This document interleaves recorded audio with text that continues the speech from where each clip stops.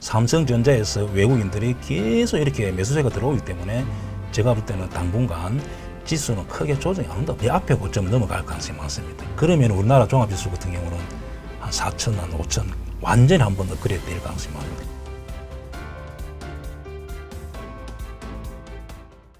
네, 해무 반갑습니다. 오늘은 대입장 김영옥 대표님 모셨습니다. 대표님 반갑습니다. 네, 안녕하세요. 주식계 스트리트 파이터 대입장입니다. 이제 모든 분들이 작년부터 계속 FOMC 회의라든지 파월 연준 의장의 입을 많이 보고 있지 않습니까? 네. 그래서 원체 금리가 언제까지 올라갈 거냐, 그리고 반대로는 금리는 언제 인하가 될 것이냐, 그에 따라서 시장에 대한 방향성은 어떻게 또 이뤄질 것이냐, 이런 이제 부분들을 많이들 보시는데, 네.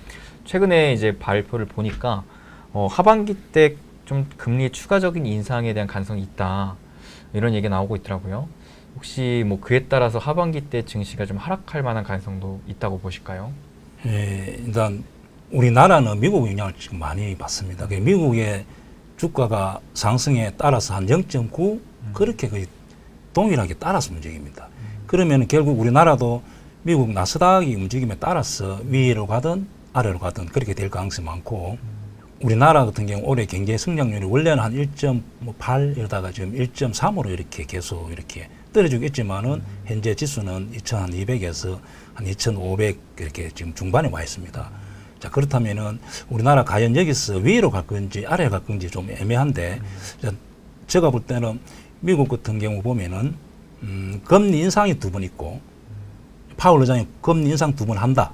처음에 시장에서 반응이 설마 했는데 어제 연설하면서 이제 2번이 기정사실화되어 있고, 그럼 이제 금리 인상 부분에 대해서는 보통 시장에서 알려진 악재는 거의 악재가 아니라 봅니다. 왜냐하면 2번이 인상이 기정사실화되어 있다면은 설사 2번 인상하더라도 0.25, 0.25 2번 정도 한다 보면은 그것이 시장에서 서서히 반영이 되기 때문에 저는 큰 영향을 안 준다 보고, 그다음에 이제 유럽 쪽 같은 경우는 0.5 이렇게 좀 빅스텝으로 인상한 경우가 있습니다.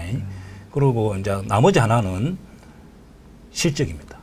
만약에 실적이 따라준다면은 제가 볼 때는 현재 제가 이 화면에 보는 차트를 나스닥 차트 이렇게 주봉을 보고 있는데 이기 고점을 향해서 갈 가능성이 많습니다. 그럼 현재는 보니까 미국 나스닥이나 또 S&P 500 정도에서 여기서 실적이 그렇게 나쁘지 않습니다. 좋게 나오고 있습니다.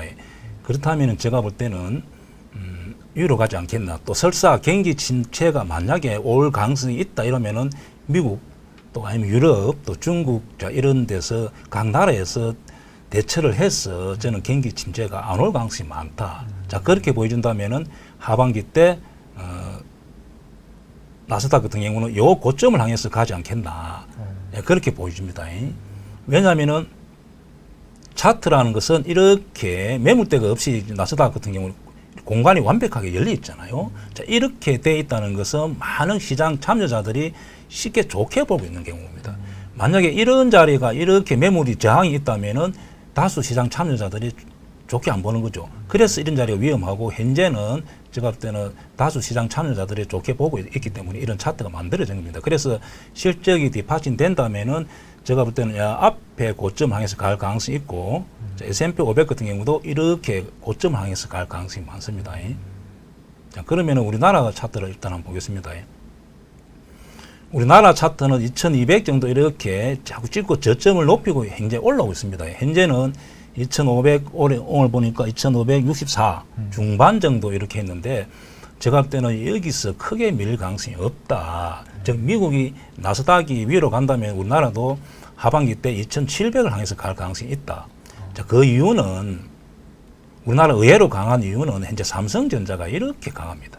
지수가 빠졌다 하더라도 삼성전자에서 외국인들이 계속 이렇게 매수세가 들어오기 때문에 제가 볼 때는 당분간 지수는 크게 조정이 안 온다 봅니다. 즉 삼성전자 하이닉스만 강하게 버텨준다면은 지수는 그렇게 밀릴 가능성이 없다.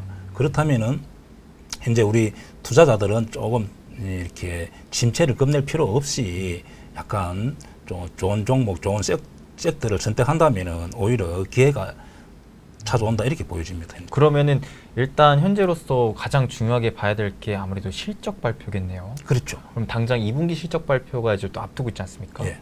그 현재 보면 S&P 500 쪽에 나스닥 쪽에 일단 실적이 좀 좋게 나오고 있습니다. 예, 그래서 제가 볼 때는 금 침체가 안 올 가능성이 많다. 그렇다면은 조금 적극적으로 주식을 매수하는 것도 괜찮다. 그렇게 보여집니다. 예. 그래서 그런지 확실히 대표님께서도 말씀하셨다시피 최근에 외국인들이 삼성전자 매수를 많이 하고 있더라고요. 예. 그런 게 다 어느 정도의 하반기 때 실적이 좀 좋아질 것을 기대하는 기대감에 따른 매수 심리가 좀 작용하고 있다고 볼 수가 예, 있겠죠. 지금 특징이 현재 삼성전자 하이닉스가 죽지가 않습니다. 지수가 빠지면 원래 삼성전자가 이렇게 빠져서 지수를 이렇게 낮게 이렇게 유지해야 되는데 그렇죠. 지수는 빠지더라도 삼성전자를 계속 또 하이닉스를 계속 그래서 삼성전자 하이닉스가 강하게 이렇게 유지된다면은 또 우리나라는 또 반도체 하는 회사가 많고 삼성전자 하이닉스가 이렇게 버틴다면은 다른 종목도 영향을 줘서 그렇게 잘 안 빠집니다. 그래서 제가 볼 때는 삼성전자 하이닉스만 이렇게 버틴다면은 미국이 나스닥에서 실적만 뒷받침해 준다면은 우리나라는 큰 하락이 없고 한 2,700을 향해서 하반기 때는 갈 거라 이렇게 보여집니다. 저는 결국 삼성전자 같은 경우도 월봉에 이렇습니다. 제 개인적인 생각인데 이 앞에 고점을 넘어갈 가능성이 많습니다. 이번에는. 네. 그리고 하이닉스 같은 경우도 여기를 넘어갈 거라 봅니다. 이번에 반도체 사이클이 호황으로 접어들 때 같은 경우는 이렇게 넘어간답니다. 그럼 우리나라 같은 경우는 지수가 강하게 위로 갈 가능성이 많다.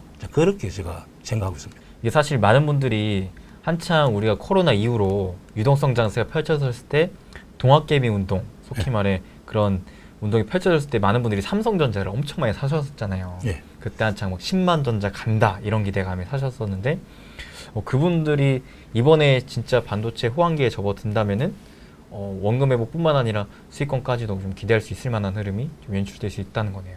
네, 그래서 위에 좀 몰린 분들은 저는 추가 매수해서 이번에 반도체 사이클에 이렇게 고점에 매도한다면은 충분히 수익 낼 수도 있고 아예 몰린 사람들은 뭐 가지고 있어도 되고 좀 추가 매수도 가능하고 신규 매수도 가능하다 이렇게 보여집니다. 예, 반도체 부분은. 예. 지수가 많이 위에 올라와 있기 때문에 지수가 2,700을 간다면은 바닥에 있는 종목보다는 현재 신고가 임박, 신고가 근처에 있는 종목들이 많이 갑니다.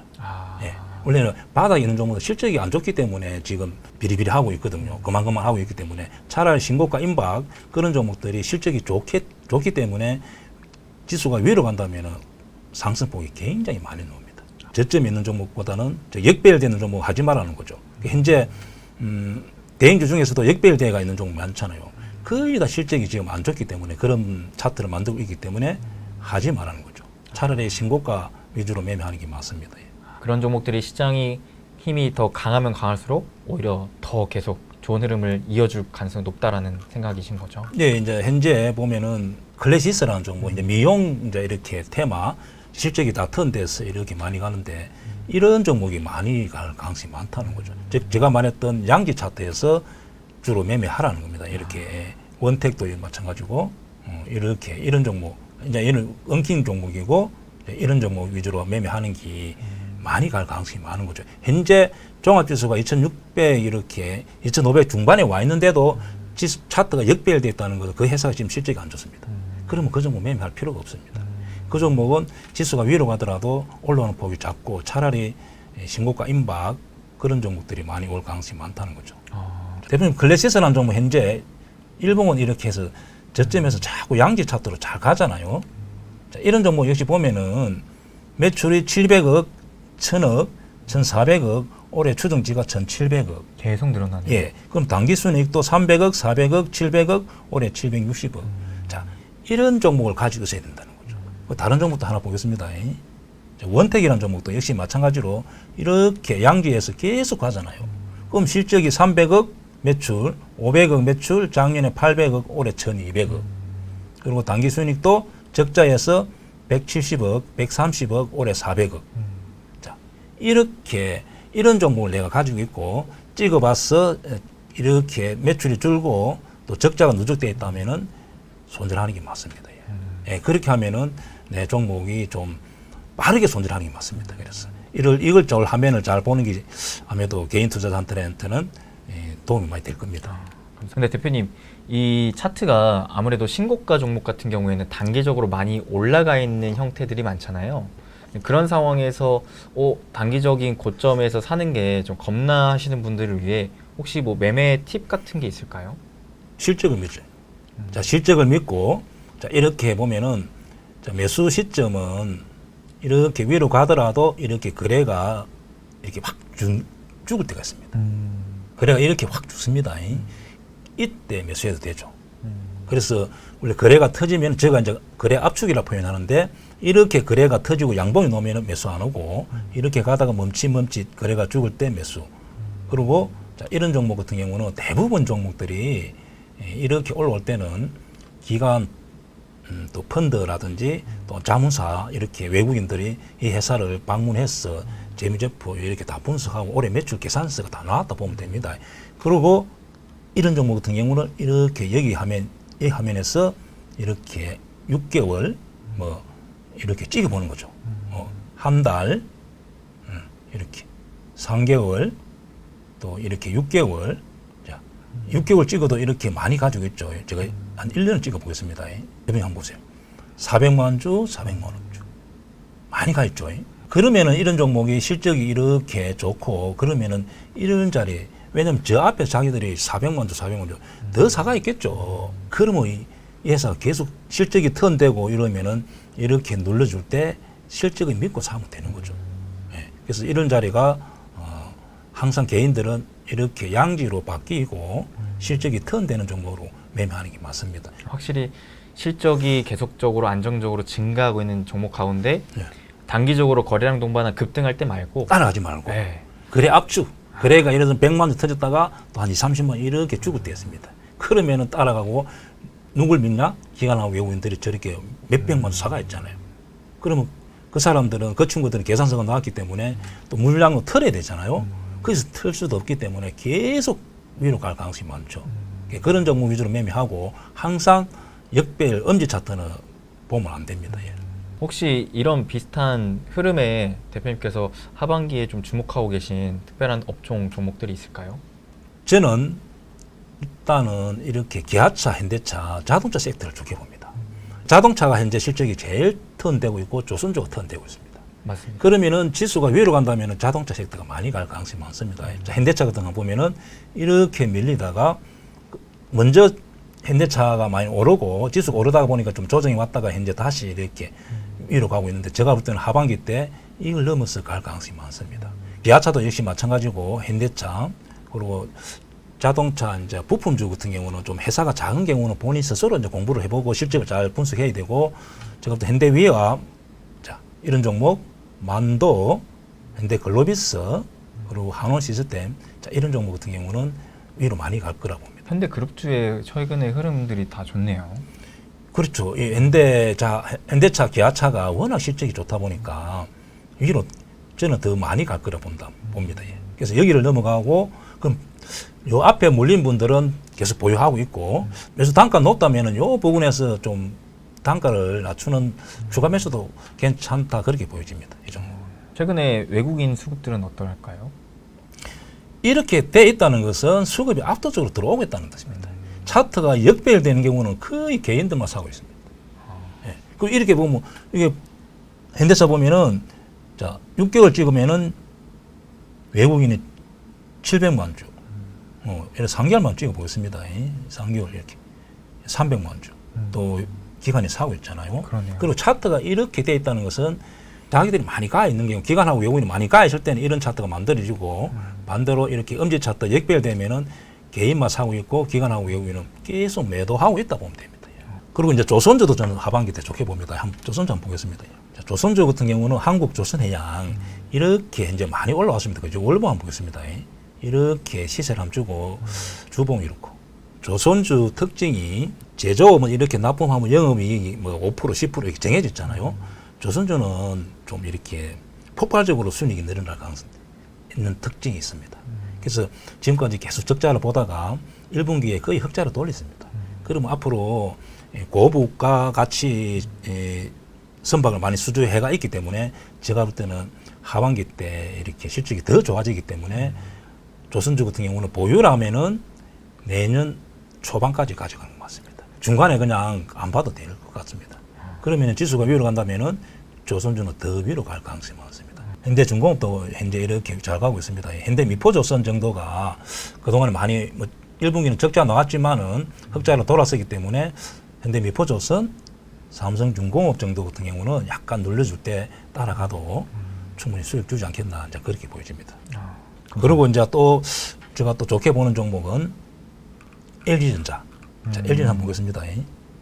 자, LG전자는 이제 여기서 이렇게 올라오고 LG전자는 좀 특징이 옛날에 스마트폰을 하다가 적자가 누적됐잖아요. 스마트폰은 이제 적고 이렇게 이제 적자 나는 그 업종이 없죠. 그래서 이렇게 현재 실적이 턴되고 또 제가 볼 때는 전장에서 매출이 폭발적으로 계속 늘어난다 봅니다. 맞습니다. 그래서 제가 볼 때는 주봉에서 이렇게 저는 여기를 넘어갈 거라 여기를 도전할 가능성이 많다 봅니다.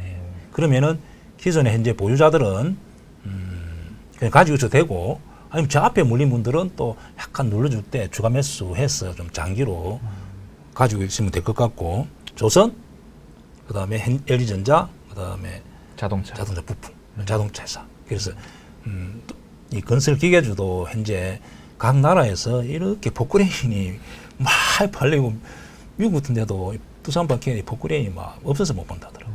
그래서 러시아도 그렇고 중국도 그렇고 그리고 또 우크라이나 또 이쪽에 수요가 폭발적으로 늘어날 거라 보고 대부분이 현재 이렇게 주봉 보면 역사적인 신고가 이렇게 나와 있습니다. 예, 그럼 이 종목도 괜찮고 현재 코덱스 레버리지라고 지수를 추정하는 저번에 제가 한번 말씀드렸는지 모르겠는데 자, 이 종목도 2,700, 2,900을 간다면은 이 종목도 요 부분에서 얼마든지 매수해서 2,000 한 3,000 근처까지 가져가면은 한 1년, 2년 안에 한 40%, 50% 나지 않겠나. 예. 전 내년에 좀 좋게 보는, 우리 종합지수를 좋게 보는 것은 이유는 우리나라가 사실은 세계 경제 한 8등 전체 비율을 치면 한 8% 차지하고 있습니다.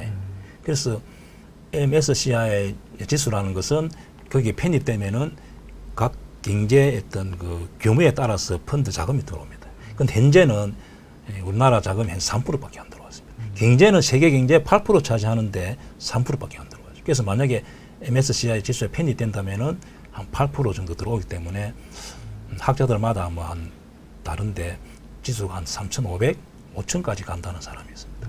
그래서 올해 불발됐습니다. 그러나 그쪽에서 좀 긍정적으로 이렇게 멘트를 했기 때문에 내년 정도 되면은 혹시 편입된다면은 그러면 우리나라 종합지수 같은 경우는 한 4,000, 한 5,000 완전히 한번 업그레이드 될 가능성이 많습니다. 왜냐하면 자금이 뭐 엄청나게 들어오는 거죠. 그러면은 그 코덱스 레버리지 이런 종목 같은 경우는 혹시 장기 투자한다면은 수익이 엄청날 가능성이 많다. 이 종목은 지수를 추정하는 ETF. 예, 그래서 이 종목은 위로 갈 가능성이 많은 거죠. 간다면은 그러면은 수익이 굉장히 크게 날 가능성이 많습니다.